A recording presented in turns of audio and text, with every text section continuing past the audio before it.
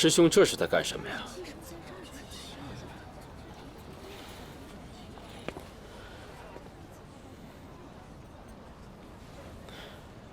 师弟有所不知吧？这趟列车，当年就是从抚远开往昌业的。不过那个时候你正在芝山上面。其实咱们师傅啊，就死在这趟列车上面。咱们两个为徒的啊，就从来没有一块祭拜过师傅。 反而在他老人家走了之后，非得弄个你死我活，置对方于死地。哎呀，世事难料啊！现在为了完成他老人家的大业，咱们两个人要化干戈为玉帛，又一块坐上这趟列车，还真是缘分呢。哦，对了，你别忘了，当年师傅可是最宠爱你的呀！啊，我觉得你应该在师傅这个列车前面。 一块祭拜一下，一块来祭拜一下，来。师兄，师傅的灵堂在我们一家，在我心里，你还是自己祭拜吧，真诚点儿。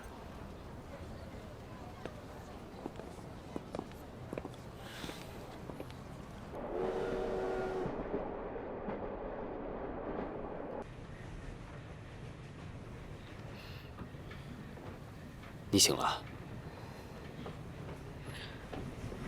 我睡了多久了？没睡多久，你再睡一会儿吧。这趟车很安全的。这一去，又是一场腥风血雨。你害怕吗？有你在，不怕。哼，不好意思啊。 打扰二位休息了，那师兄还不赶快离开这里？你的意思是要赶我走？不然呢？我认为秦小姐应该不会这么想吧。傅荣才，我现在手里要是有把枪，你早就血溅当场了。其实我一直认为秦小姐，你是一个心明眼亮的姑娘。 但你怎么可以一叶障目，不见泰山呢？哎呀，这其实也怪我，我应该一早就把实情告诉你。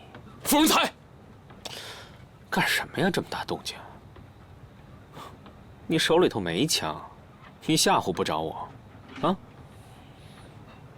秦小姐，你真应该把眼睛睁开了，好好看看你身边这个年轻俊才。 就这个人，他才是你们家的杀母仇人。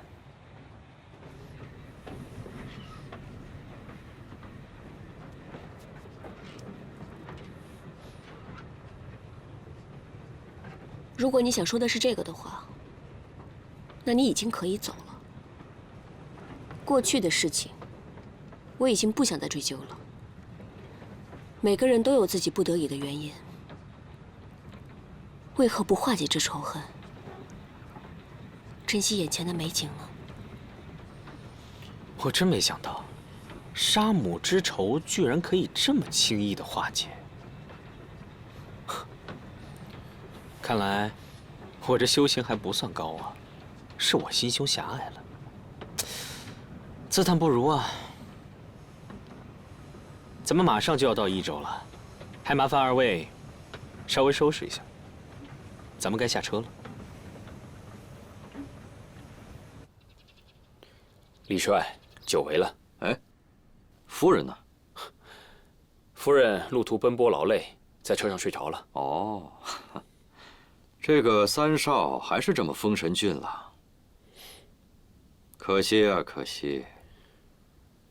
可惜，不知李帅说的“可惜”是什么意思？可惜命不久矣呀。 我本不应该杀你，可是对方给我的条件实在是太优厚了，让我真是忍不住心动啊！我父亲说的没错，李帅易被小人操控，喜欢出尔反尔。在我来益州之前，父亲给了我一枚法宝翻天印，专治妖邪。法宝？就算你把神佛都搬过来，也救不了你。李帅倒不如先看看再说。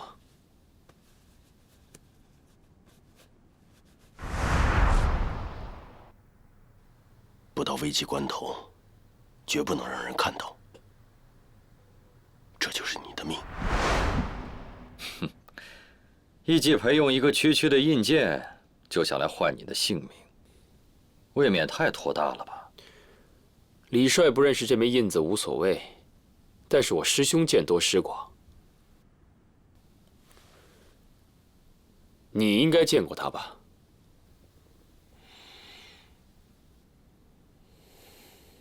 易继培居然会把这么重要的东西给了你！3年前，我父亲把易家所有的财产转移到了瑞士，任何人拿着这枚印章，都可以去取钱。当然，李帅，您可以现在杀了我，或者是攻破江左，杀了我全家。但任何一个人拿着这个印章，去了瑞士，都可以继续招兵买马，割据一方。易连凯，我告诉你，你现在说什么都没有用了。大帅，就按你说的办，就地办了他，干净利索。师兄啊，师兄，你怎么能这么欺瞒李帅呢？我倒是忘了，我这个师兄啊，最擅长的就是逃跑。李帅有所不知，当年我师兄几乎撼动了整个前平政府，可就在大厦将倾之前，他却拍拍屁股跑了。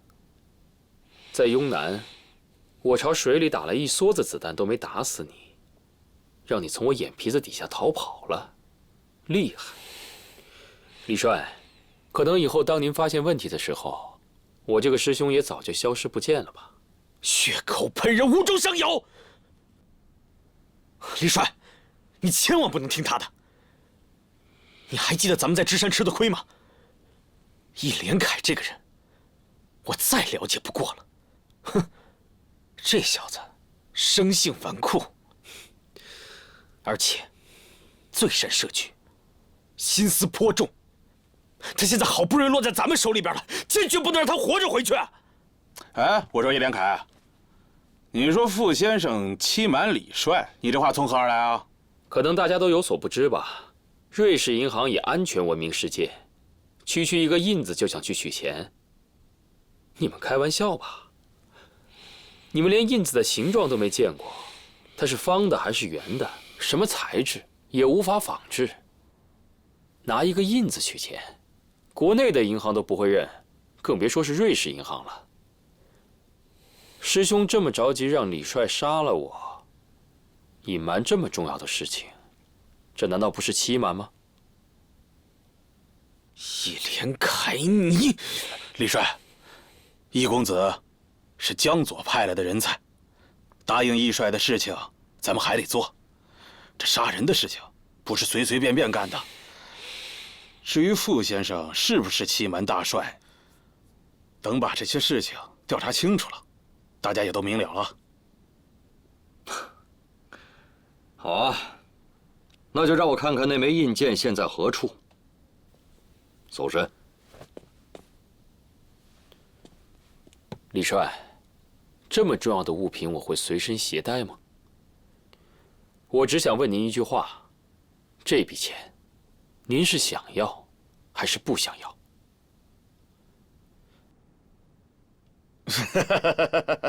易公子，李帅跟你开玩笑呢。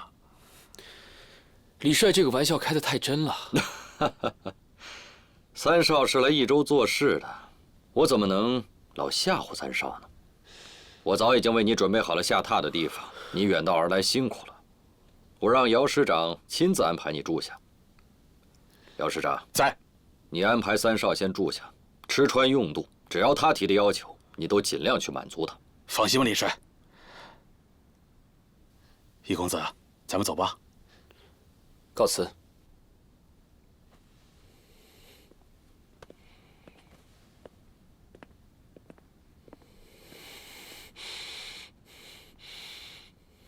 李帅，这这个人今天你不把他杀了，那以后你一定会后悔的。李帅，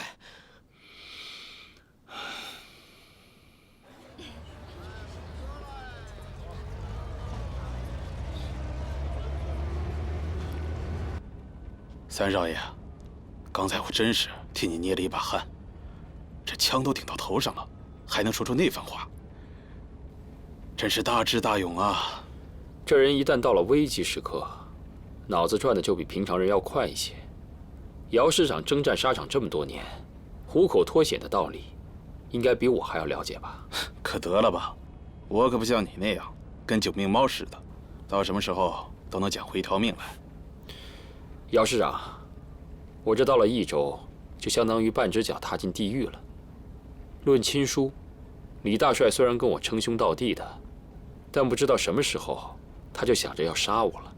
可是我跟姚师长不一样，我们可是共同患难、共同度过生死的人，到时候你可得拉我一把呀，不然我们夫妻二人……你可别这么说，我可拉不动你。咱们俩的关系走得再近，说到底，我也是李大帅的人，到头来我还得听他的。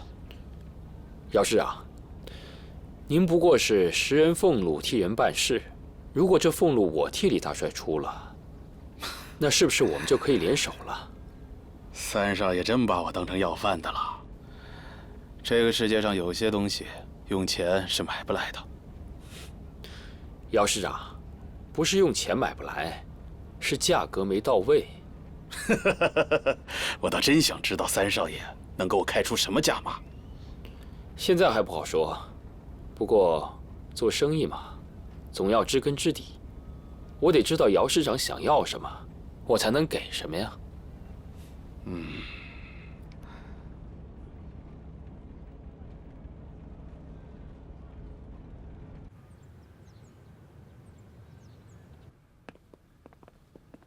三少爷，这就是你的新居了。我知道他肯定不如义府，不过呢，益州没有抚远富裕，你就先将就着住吧。啊，不错，这房子已经够宽敞了。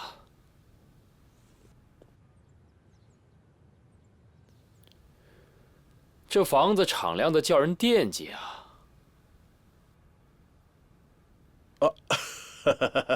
三少爷，李帅吩咐过，三少爷有任何要求，我们都无条件满足你们。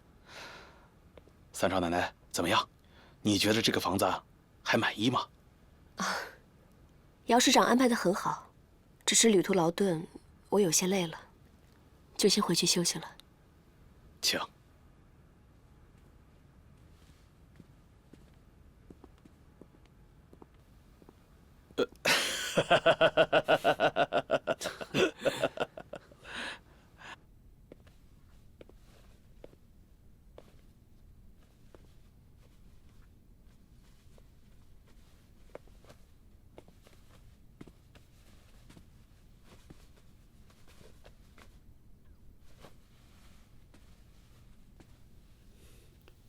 自从到了益州，就感觉你奇奇怪怪的。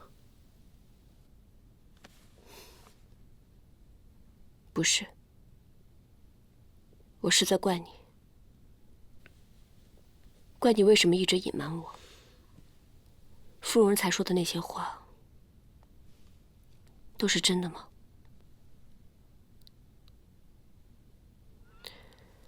以前在雍南，我就听他提起过。不过后来事情太多，我以为他死了，所以就没有想再追究。可是刚才你在车上说，岳父不是帮你解开心结了吗？其实父亲什么都没有对我说过，我说的那些话，不过是不想让芙蓉才看笑话罢了。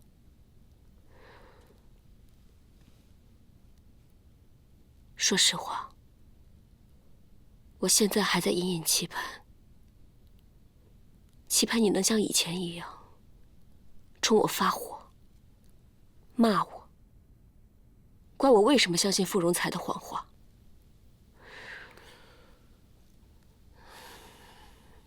兰坡，你跟我说实话。他说的那些话，到底是不是真的？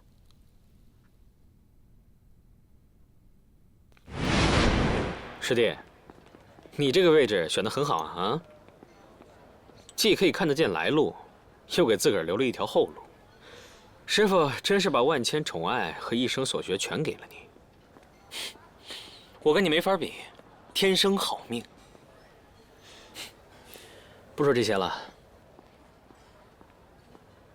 时间差不多了，还剩下5分钟，我就可以让这颗闲置的棋子搅乱整个内阁。其实都说世上没有天上掉馅饼的事儿，但是如果真的掉下来个馅饼，砸在一个人头上，也许他真的就把它当成了馅饼，根本不会意识到那是一瓶毒药。师兄，你别太急功近利了。师傅的安排，咱们还得一步一步走才行。这点你放心，师傅的所有计划，我会尽全力完成。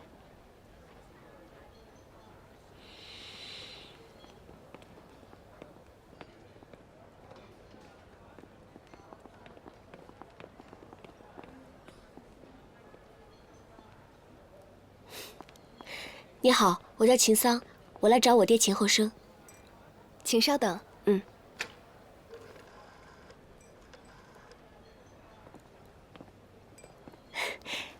爹，哎，我来接您下班。好，好，好，走吧。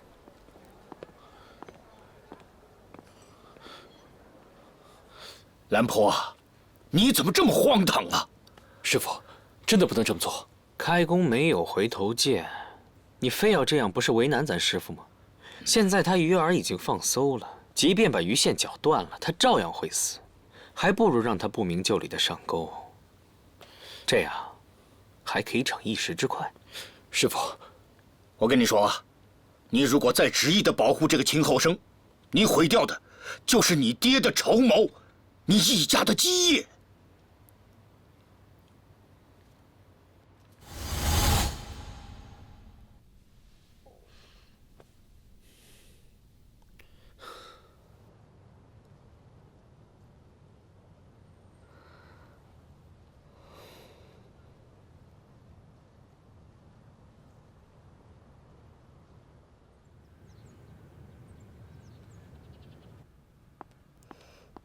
爹，哎，玉萍，快过来，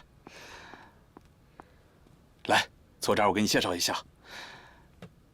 这2位呢，就是你一直想见的三少爷跟三少奶奶。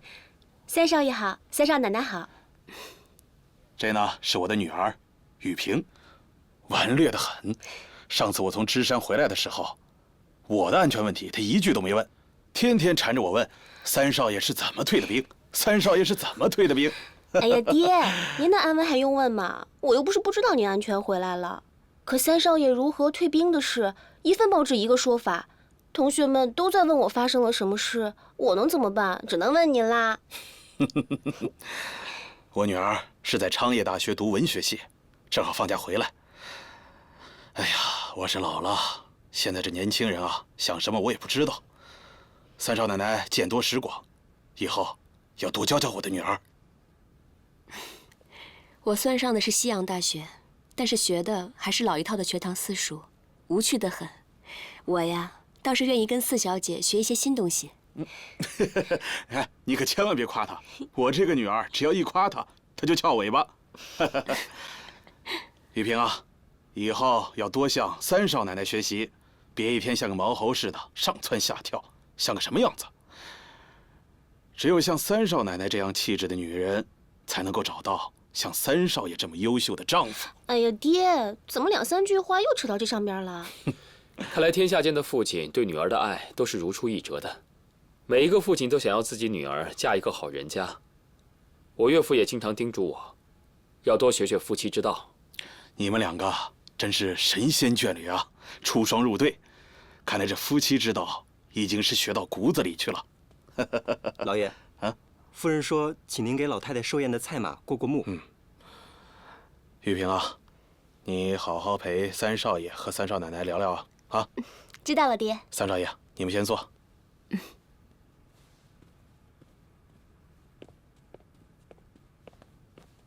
早听我爹说过，三少爷和三少奶奶是天造地设的一对儿。他还说，当时芝山上被围得密不透风，是三少奶奶过五关斩六将，硬是闯到了芝山上。都说夫妻本是同林鸟，大难临头各自飞。可三少奶奶为了真爱却勇闯地狱门，可见您与三少爷是情比金坚。哪有那么夸张啊？围山的慕容少帅与一家沾亲带故。再说了，他何必为难我一个女人呢？我呀，只不过是让他开个口子，放我上山，哪有过五关斩六将这一说？哎，姚四小姐喜欢看书啊？三少奶奶，您喜欢看书，只管拿去就是了。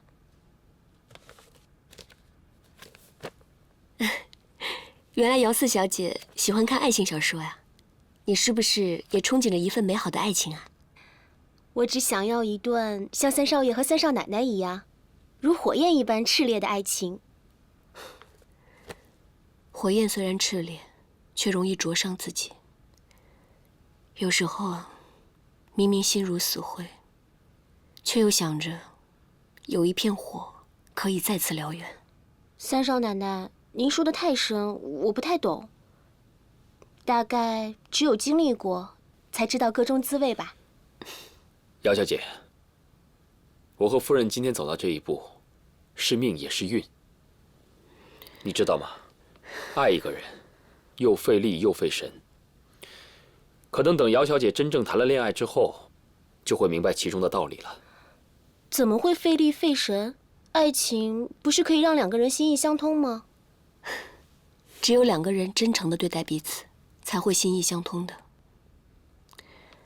一个口口声声说爱你的人，却一直在背后欺骗你，这又怎么能做到真诚呢？那也要看他骗的是什么。如果一个人明明不爱我，却欺骗我说他爱，那才是最恶毒的谎言。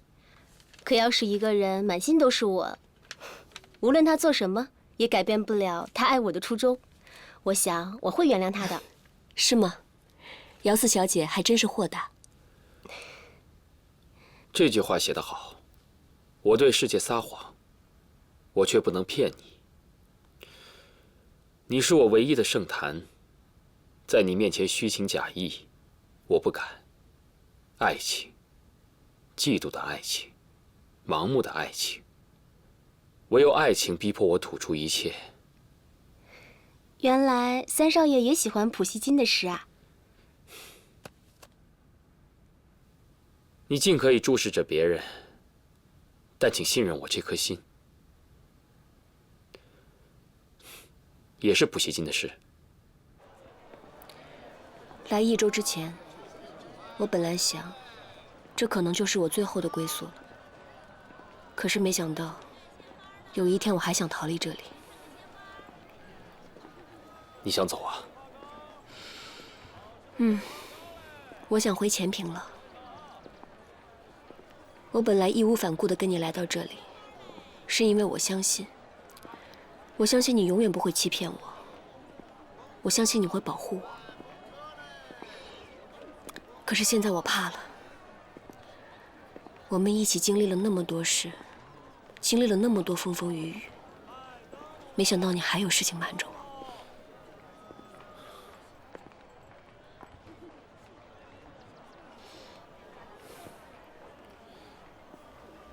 小桑，无论我做任何事情，都是为了你。我不想让你受到伤害，只想一直保护着你，但往往事与愿违。我只恨我自己不能再强大些，不能保护你。但是你要相信我，有些事情我一定会给你一个交代。但是现在你要听我的。尤其是在最危险的时候。可我是你的妻子，无论好事坏事，你都要告诉我，我愿意跟你一起分担。我只是不想让你受到伤害，这外面的事由我来处理就好了。可伤害我的不是别人。我只是想保护你，小桑，就等着我吧。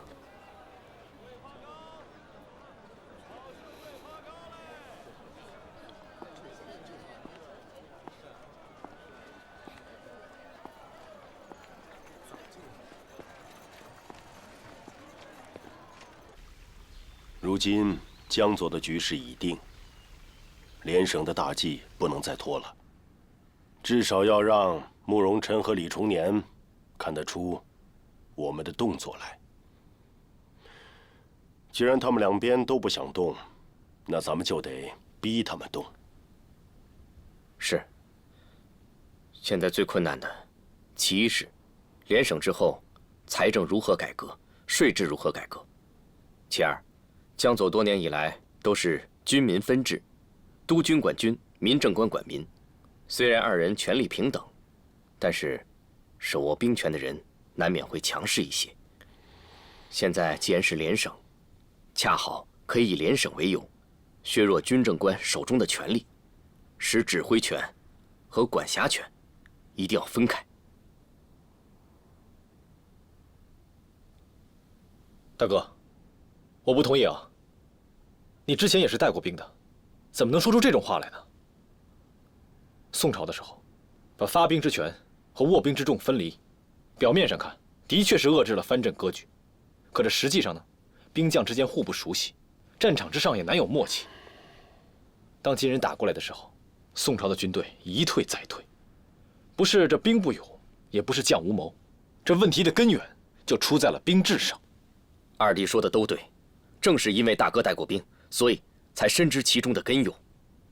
平常人总是会误会武将骁勇，故而主战；文官保守，故而主和。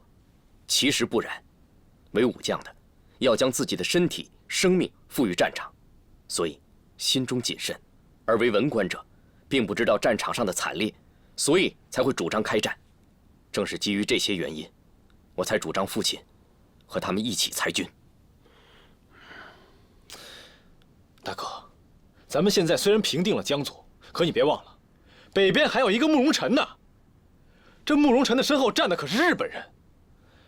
咱们在这里搞联省，咱们在这里搞裁军，可倘若有一天，这慕容辰带着日本人打到了江左，咱们怎么办？老二啊，不要一提到兵权你就这么敏感。你还是伏军的少帅，还是咱们江左最重要的军事保障。我们现在所做的一切，都是为了江左的未来。爹，政治上的事情云溪不懂，自然是由您和大哥来定夺。可是我真的不明白，您这先裁军又分权，这是为了什么呀？我认为啊，江左可以丢，天下也可以丢，可跟着咱们出生入死这些伏军弟兄，一个都不能丢。只要咱们伏军的力量在，不管咱们丢什么，早晚有一天咱们能打回来。可是如果他们不在了，咱们怎么办呢？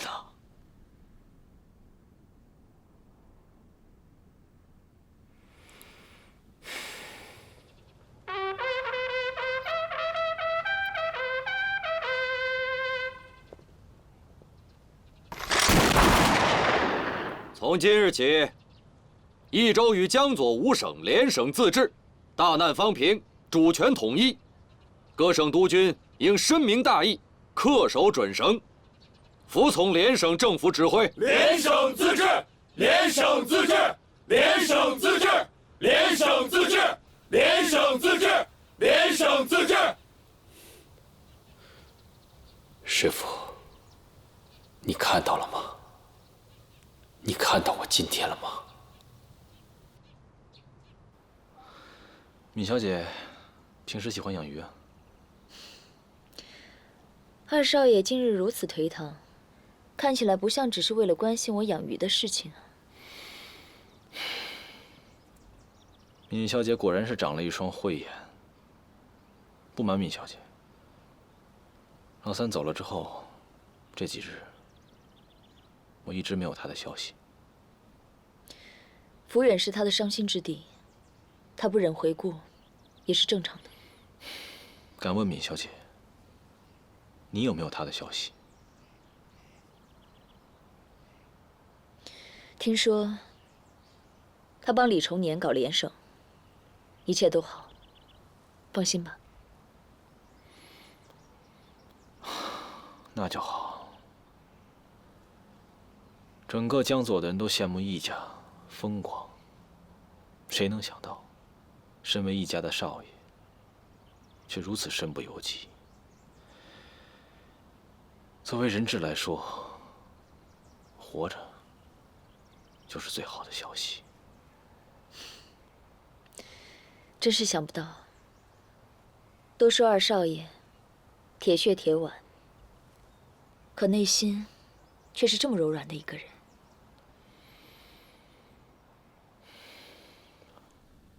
依我看来，这易连凯不如他大哥易连仪呀！啊，这看起来派头不小，说的好像也有几分道理，但是过于片面，没有大局观。毕竟年轻气盛，老道不足，所以大帅不必对他过于用心。红玉曾经说，易连凯此人不能小觑。有些人表面看上去越是轻浮，他就越是心机深沉。易连凯果然是头猛虎，不愧是范之恒的徒弟。我这师傅对他一直都很重视，还真是把毕生所学全交给了他，真是不公平啊！以前只听说易连胜行军打仗，一家三兄弟，也只有他能跟我称得上棋逢对手。可是，一旦到了和平演变，我们打的可是一场无声的战争。站在战场上的只有政客和商人，手中握的有权力、关系和金钱。这易家果然是个虎狼窝，不得不让我提防3分。哎，大帅不用过于担心，现在这易连凯在咱们手里，他就是再强，也逃不出益州去。只怕我早晚也得放他回去。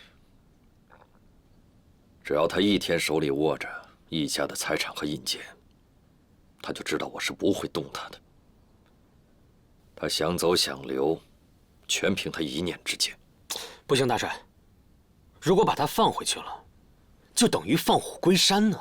我当然知道，正是因为这样，我才让红玉一直监视着他。没想到，他竟然完全置身事外，丝毫不反对改革。现在整个府远说是易继培的，可是那些政令改革哪一点不是易继培和易连仪商量出来的？可怜易连胜却毫无察觉，自己的权力慢慢的被他大哥蚕食掉了吗？其实正是因为易家老大那条废腿，给了易连胜一颗定心丸。他根本就不在意易连仪，因为他知道易家老大根本对他造成不了任何的威胁，他也不在乎。但是人总有他在意的事情。那你有什么好计策？易连胜他现在一直走得顺风顺水，得到了自己想要的女人，也得到了易家的继承权。他自以为已经坐稳了江山，我接下来要做的就是让他如履薄冰。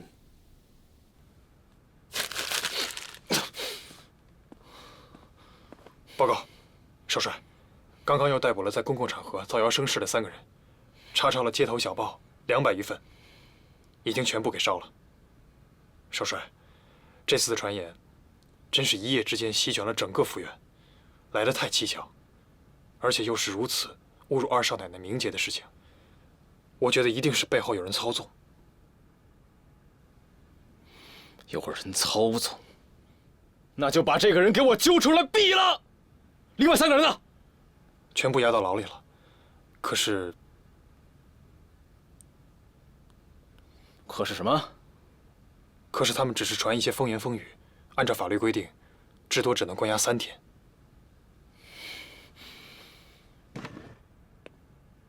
这叫风言风语啊！这分明是骑在我的脖子上，侮辱我的夫人，侮辱我的人格。我却只能关他们3天，我还不能杀了他们。少帅，靠杀堵不住悠悠众口，反而会落人口实，有损颜面呢。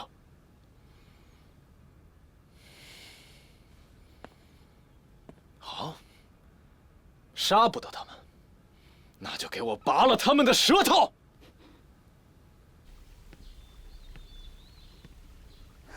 云溪，哎，这2天大哥和父亲大门不出的，在商讨联省自治的事情，你怎么不去啊？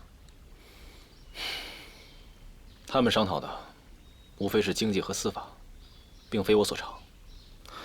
我要是去了，只会给他们添乱而已。你不懂就得多听多学嘛，总会有插上话的时候。以后你可是要继承父亲，继承这个家的。要学的东西还很多呢。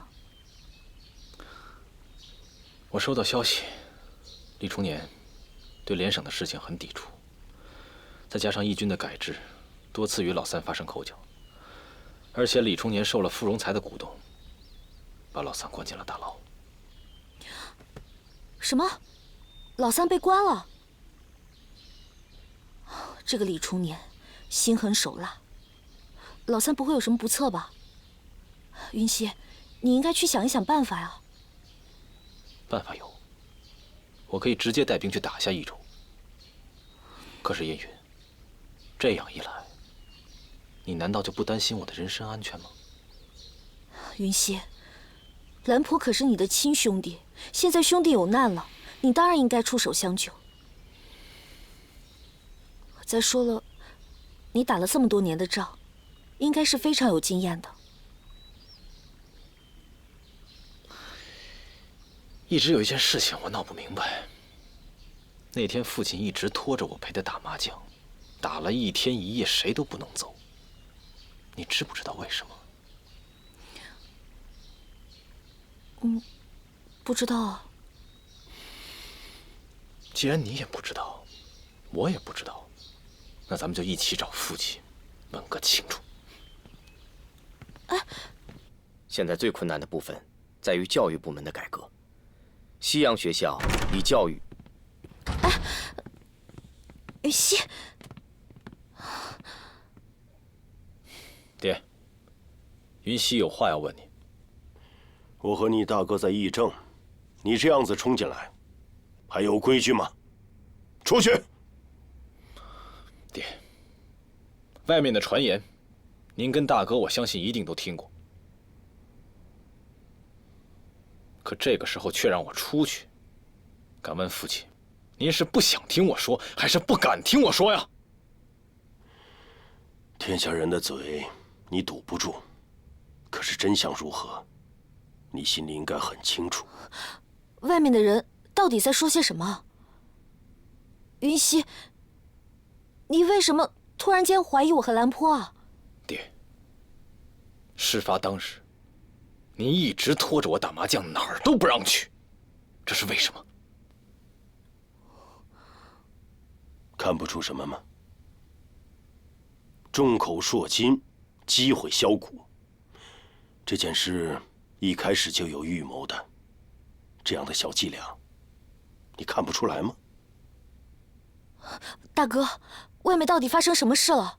没事啊，爹，既然您觉得这件事情有人在搞鬼，那为什么还要联合大哥一起来骗我呢？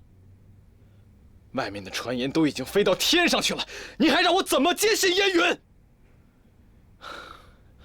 今天我就是要弄明白一件事情：燕云肚子里的孩子，到底是我义莲生的，还是他义莲凯的？闭嘴！燕云如今怀有身孕，你竟然说出这样的话来！燕云，你不要生他的气，安心养胎。义家有我给你撑腰，绝不允许他欺负你。